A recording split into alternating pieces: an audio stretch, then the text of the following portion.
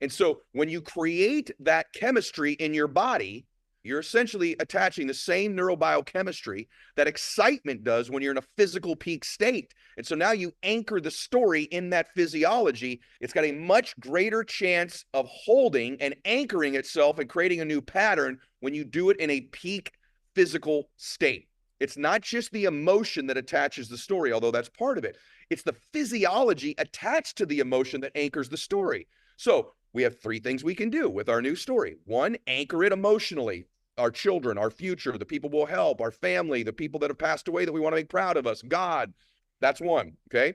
Two is all the reasons, right? But third, here's a hack. No one will tell you. It's crazy to me. I teach it to all my coaching clients. Do it when you're in your peak physical state. Give yourself the gift of the new story. Say it out loud. See it, visualize it, watch it, hear it. So when you're listening to that podcast, maybe take a second and just listen back to that story, or write it down and read it, or think it, or watch the video when you're in a peak state. Now you've anchored a different chemistry to that story, and you got a chance of overriding that pattern, just like you would when you're emotional. It's the neurobiochemistry in your body, the neurology, if you will, that anchors the story.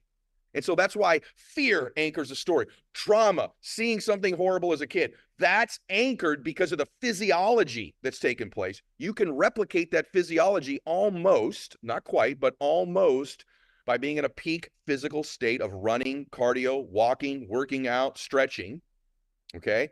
And then anchor the story then and do it daily, and you begin to anchor that story that can create a pattern interrupt. One thing that's going to happen when you look back at the end of your life, I promise you're going to look back and know that God was there the entire time.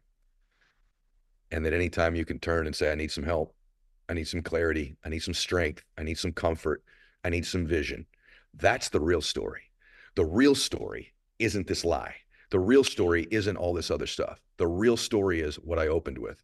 You were born to do something great with your life in big ways and small ways. And when you're doing it, it probably won't feel like it.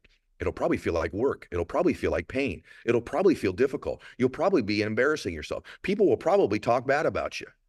That's how you know you're doing something great with your life. All of it lies outside your comfort zone and outside this goofy story we keep telling ourselves that's ruling all of the patterns of our life. All right, I hope this helped you out today, everybody. You're supposed to do something awesome.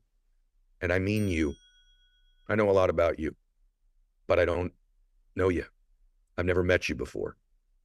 But I know that we're brother and sister. And I know that you were put here for a reason and that you matter. And you're not invisible. You're not invisible. You were qualified mostly to help the people you used to be, just like those little boys that I helped. Think about pain you've had in your life, and that might be the pathway to your purpose. All right, everyone. God bless you. Hope you share this with somebody you love. Max out.